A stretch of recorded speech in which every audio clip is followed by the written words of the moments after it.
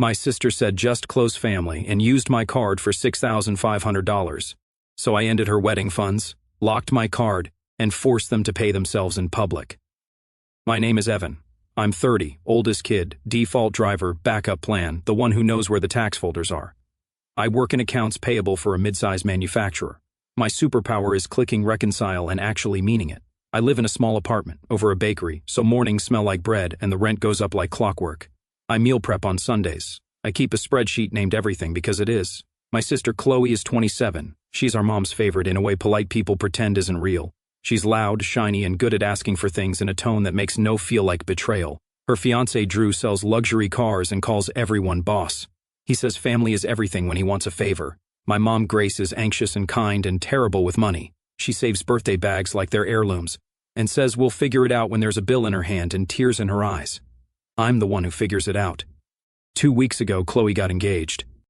She called me from a rooftop squealing, showing the ring like a game show prize. I said, "Congratulations. I meant it. I like good news. I like milestones when they're not invoices with confetti." Engagement dinner. I asked a few days later because she'd mentioned a restaurant that didn't list prices online. Always a sign. "Yeah," she said. "Casual. We'll do something sweet. Just close family." "Okay," I said. "What time?" There was a pause I could hear even through the smile in her voice. "Oh, we already had it yesterday," she said. "Just close family." I looked at my calendar. It said Tuesday. It also said I had my usual after-work run, chicken marinade, and call mom blocked off. Nothing about being excluded. Just close family, I repeated.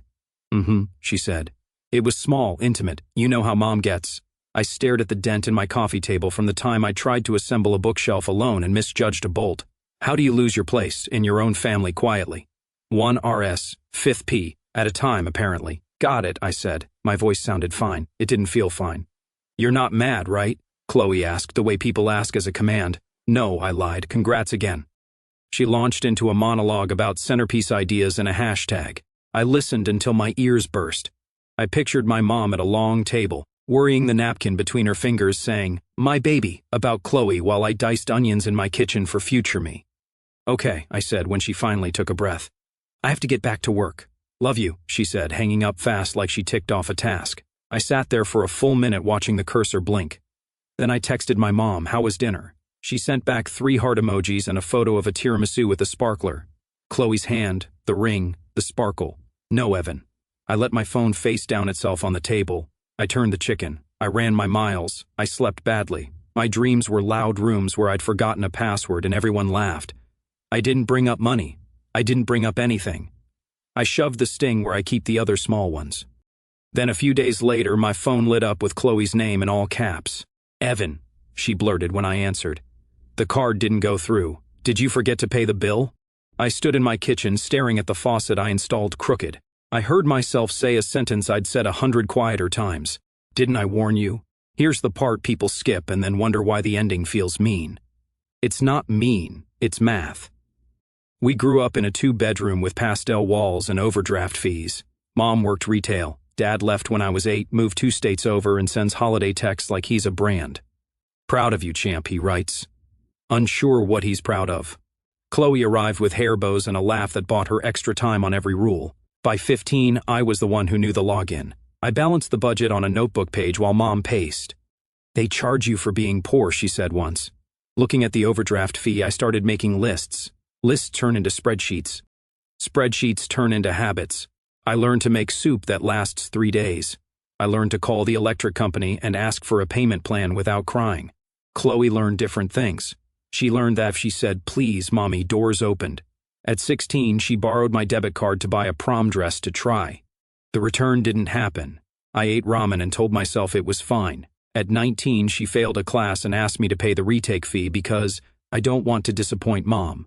I ZL'd the amount and told myself it was love. I added a family line to my budget at 21 years old, $200 a month. First it was grocery runs. Then it was emergency cash. Then it was, "You're so good with money. Can you front it and I'll pay you Friday?" Friday moved around like an eclipse you can never catch. 2 years ago, Chloe lost a job. She cried at our mom's table while Mom folded and refolded the dish towel. "It's just retail," Chloe sniffed. "They don't see my potential." 2 weeks later, she posted a photo from Cabo. Caption: self-care. Mom said she needed a reset. I paid the internet bill so Mom wouldn't lose her shows. You think I didn't say words? I did. Calm once. I need you to tell me before you take my card, I said after a mystery charge from Glam Bar and Company. Chloe widened her eyes. Oh my God, I meant to text. You're such a saint. She promised to Zelle me. She Zelled me $40 against a $187 charge and sent a heart. I added a tab named Chloe. Last year, Mom's car died. We sat in a gray waiting room that smelled like burned coffee. The guy said the number. Mom looked at me. I put it on my card and asked her to pay me $50 monthly until it was gone. She paid twice.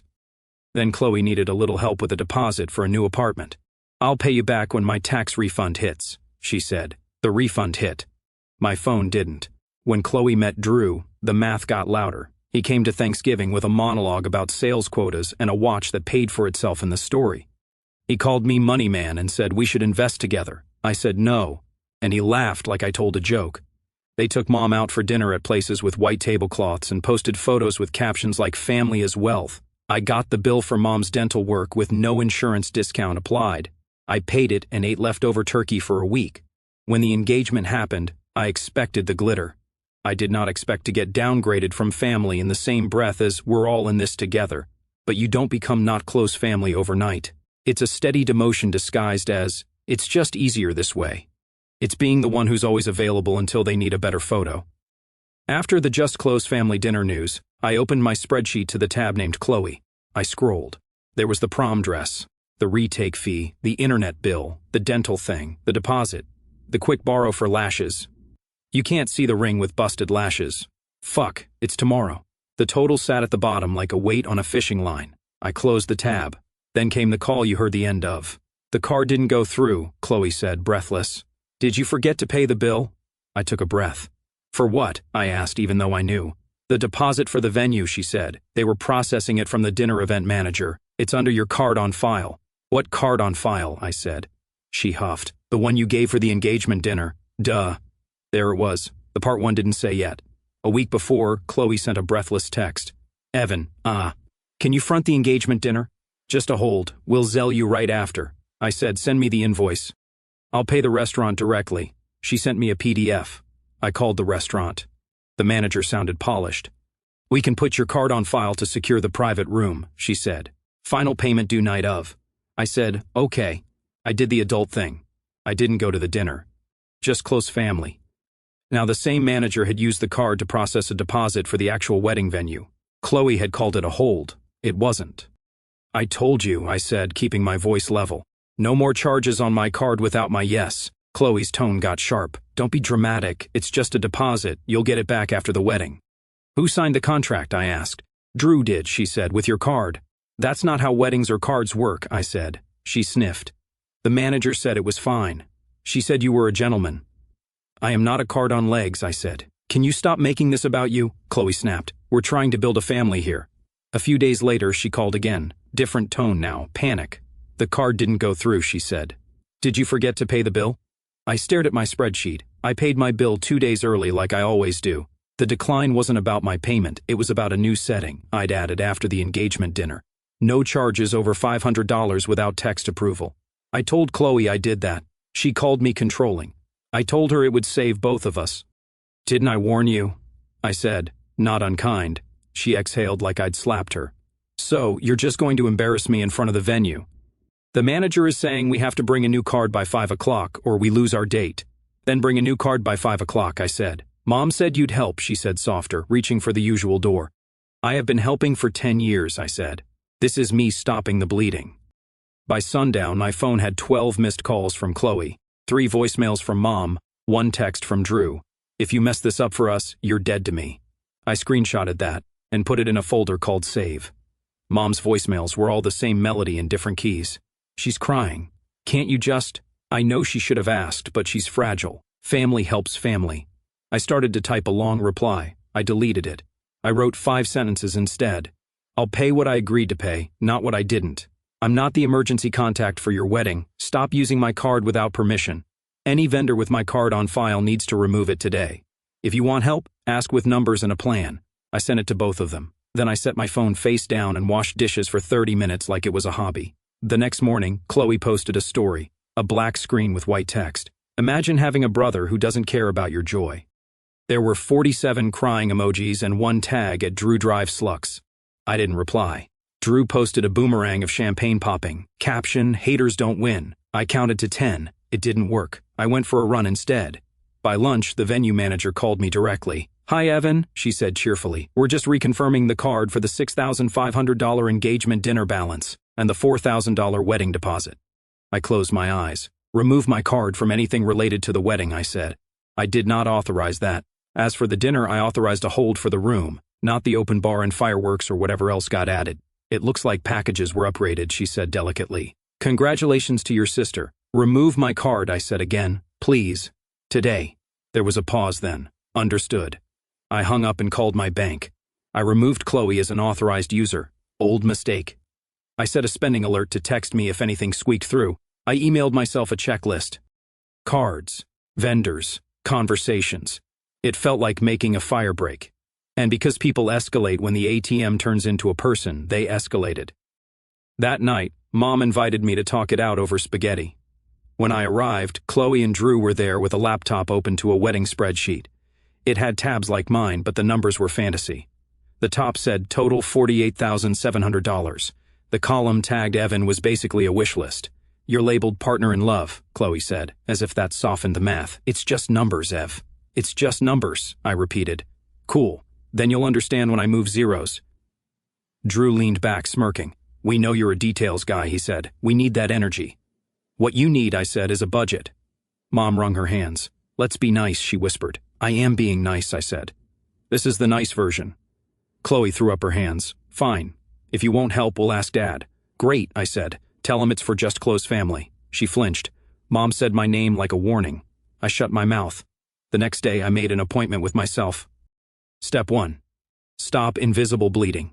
Step 2. Put boundaries in writing. Step 3. Say them out loud with my calm voice. The breaking point didn't happen at a fireworks moment. It happened at a cake tasting. Chloe texted, Hey, we're choosing flavors. Invite like we were all in a sitcom. 1 p.m. Saturday. She wrote, If you love me, you'll come. I almost didn't. Then I thought about patterns. Patterns don't end on couches. They end in rooms where they usually grow. The bakery was a white box with gold chairs and a wall of fake flowers. A woman in pearls set down plates with tiny squares of cake, labeled with flags. Drew filmed the spread like it was a car reveal. No filming me, I said. If I appear in any videos, take them down. Relax, he said. You look fine. I didn't ask about how I look, I said. Mom smiled too brightly. Taste the lemon, she chirped, shoving a fork at me. We sat. The owner started her pitch. Chloe interrupted to ask about tears and sparkler fountains. Drew asked about custom sugar logos. The owner smiled at me. And you are? I'm the brother, I said. No financial decisions will come through me. Her smile flickered. Of course. Chloe turned to me, immediate pout. Don't be like this. Like what? I asked. Petty, she said. It's a cake. Be generous. I set my fork down. I am generous. You are counting on that generosity the way you count on oxygen. Drew snorted. Bars, he said like I'd freestyled. The owner waited. Polite in the way people who need to get paid are polite. Okay, Chloe said, clapping once. Business. We're doing 5 tiers, fondant, gold leaf. The works. Delivery to the venue. And we'll put it on the card we have on file. No, you won't, I said. You will use your card. She blinked slowly like processing bad Wi-Fi. Also, I said, pulling a thin folder from my bag. Because I am who I am. We need to clear a few things while we're all sitting. Oh my God, Chloe groaned. Did you bring a spreadsheet to a cake tasting? Yes, I said, and a plan. Mom touched my wrist. Maybe later. Now, I said softly, before I get edited into a villain on a story with captions. Drew rolled his eyes. Make it quick. I looked at the owner. Give us 10 minutes. She nodded and walked to the counter, pretending to reorganize trays. I kept my voice low. Here's the list, I said, sliding a paper to Chloe. Remove my card from the venue file today. Close the tab labeled Evan on your wedding budget. I am not a funding category. Return any items purchased on my card after the engagement date or pay me by Friday. The amount is $1,834.02. I printed the list. Do not post my financial information again. I will enforce that. If you contact vendors as me or with my card, I will call them myself and cancel anything that mentions my name. Chloe's face went from outrage to red to the laugh she uses when she's cornered. You really rehearsed this, she said. I did, I said. I rehearse before I say hard things so I don't say cruel ones, Mom whispered. Evan, tone? My tone is fine, I said. Drew leaned forward. You think you can control the narrative? He said. People will think what they think. They will, I said. But my bank will think what it thinks too. Chloe picked up the paper like it was a dare. You're punishing me for a miscommunication. It wasn't a miscommunication, I said. It was theft wrapped in just this once. She blinked. Wow. Also, I said, because I brought this part for myself about the engagement dinner. You told me it was just close family. After I asked what time to be there, you knew. You let me put a card down for a room I wasn't allowed in. Her mouth open-closed. It was last minute she tried. No, I said. It was a choice. Mom started to cry because when the room gets hot, she turns on the water. Please, she said. Chloe didn't mean to hurt you. She's under stress. The wedding is so much. She's not the only one under stress, I said. I pay my bills too, Drew scoffed. You act like you're the only person with a job. I'm killing it this quarter. Cool, I said. Pay for your cake. He leaned back, smirking. I will. Chloe pointed her fork at me. You're making this about revenge, she said, because you're salty about dinner. This isn't about revenge, I said. This is about closure. I'm done being the quiet background thunder of your main character life. The sentence landed like a gavel. Chloe's eyes glistened like she might cry or might throw the fork. Drew exhaled through his nose, the laugh without a laugh sound men make when they think they're above a conversation. I stood. Owner, I called gently. She came back composed. Have we decided? Yes, I said. They'll choose a package within their budget and pay with their own card. We're done using mine, Chloe hissed. You're embarrassed. I'm preventing fraud, I said. You do not have my consent to use my name or my cards. Drew pushed back his chair. Are you serious? More serious than your down payment, I said. Then I could feel my therapist, in my head saying, easy. I looked at Mom. I love you, I said. I will always help you talk to a dentist or call the water company or fix your porch light. I will not fund a wedding I wasn't invited to plan beyond the part I already paid. What part did you pay? Chloe snapped. The part where I covered the engagement dinner room you hosted without me, I said. That's my gift. It's done. She went quiet then. Not the quiet of agreement, the quiet of calculation. She flipped the paper over and stabbed the lemon square with a fork like it owed her money. Fine, she said. We'll figure something out. You will, I said, because that's what adults do. We tasted the cakes. The lemon was good. The chocolate was better. The owner took their card and swiped. It went through. The world did not end. The fake flowers did not wilt. We walked out into air that tasted like sugar and exhaust. Chloe didn't speak to me in the parking lot. Drew did. You think you won? He said low. You'll see. I'm not playing, I said. That's the whole point. The day after the cake thing, my phone started a new game. Ping, ping, ping. Missed calls 7, texts 19, emails 4. The subjects formed a chorus. From Chloe, wow. From Mom, please talk to me. From Drew, lawyer. From the venue, card update confirmation. I put my phone on Do Not Disturb and made eggs.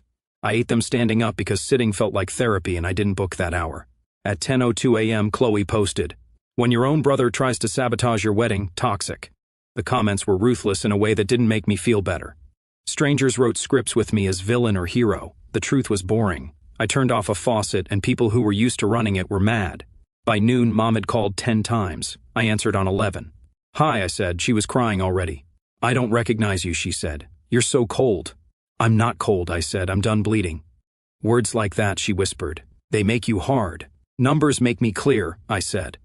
She sniffed. Chloe says you told the cake lady they couldn't afford things. I told her to use her own card. She says you're humiliating her. She humiliates herself when she hands strangers my card. Evan, Mom said, voice small, can't you please give a little for peace? I've given a lot, I said, for peace that never lasts. Silence. Fork scratching played on her end. She was eating stress toast. I love you, I said. I am not fighting you. I'm protecting me from your sister, she asked, incredulous. From patterns, I said. She sighed. Okay. We hung up. She texted, love you. 60 seconds later, I hearted it. The vendor call slowed. The owner emailed a receipt with a different last name at the bottom. The venue sent a note. Per your request, your card has been removed. I printed both and put them in the folder labeled wedding, not mine. Drew didn't call. He sent 3 texts over 3 days. Number 1, pick up. Number 2, you're ridiculous. Number 3, meet me man to man. I didn't. Chloe sent a long message about how I ruined the vibe and made things awkward with Mom. I replied with 6 words. I love you. I'm not your bank. She left me on read and posted a photo of 2 champagne flutes clinking with the caption, "We keep moving." Good move. Work stayed boring in the way that saves lives. Invoices don't care who got left out of dinner. Numbers line up or they don't. I drank coffee, answered emails, ignored the itch to check my phone. I saw small signs that the world wasn't ending. Chloe asked a cousin for flower recommendations instead of me. Mom texted me a photo of a dress and asked, "Too much?" I said, "You look happy," she said. "Thank you for not telling me the price." I said, "You're welcome." On day 5, Chloe called with a voice I hadn't heard in months. Regular. "Hey," she said. "Hey," I said. "So," she said, "we figured out the budget." "Good," I said. "We cut the sparkler fountain," she said, like it cost her bone and the gold leaf. "Proud of you," I said, and meant it. Also, she added, so fast it almost wasn't there. "I shouldn't have said just close family. I was being mean, I'm sorry." I leaned against the counter. "Thank you," I said. "That hurt." "I know," she said. "I pretended you were the ATM, so I wouldn't have to feel like a kid again." She exhaled. "Also, Drew said he'd handle you and I let him." "That was gross." "It was," I said. "We want you at the wedding," she said, "as a guest, not a wallet." "I'll be there," I said, "as a brother, not a bank." She laughed once, small. "Okay." We hung up. I sat down at my little table and cried for 10 seconds, the quiet, relieved kind. Then I wiped my face and paid my electric bill and went to work. In the next week, I noticed my body doing new things. My jaw unclenched, my shoulders dropped, I slept. I cooked rice, and it wasn't for tomorrow me stress. It was because I wanted rice. I called my dad back and let his "proud of you" roll off like rain. I bought a second set of sheets because one set feels like emergency. I still helped Mom with her dentist. I still brought batteries when her smoke alarm beeped. I stopped letting family be a password that opened my wallet. I know my lines now. When my phone lights up with Chloe's name, I breathe. Decide if I have the bandwidth and say what I mean without heat. They adjusted. The wedding budget got smaller. The cake is 3 tiers, buttercream, lemon inside, no gold leaf. Chloe sent the order form with no cards attached and asked me to skim the numbers, not to pay. I did. She fixed what I flagged and said, "Thanks." Drew makes fewer family banker jokes. When he slips, she elbows him.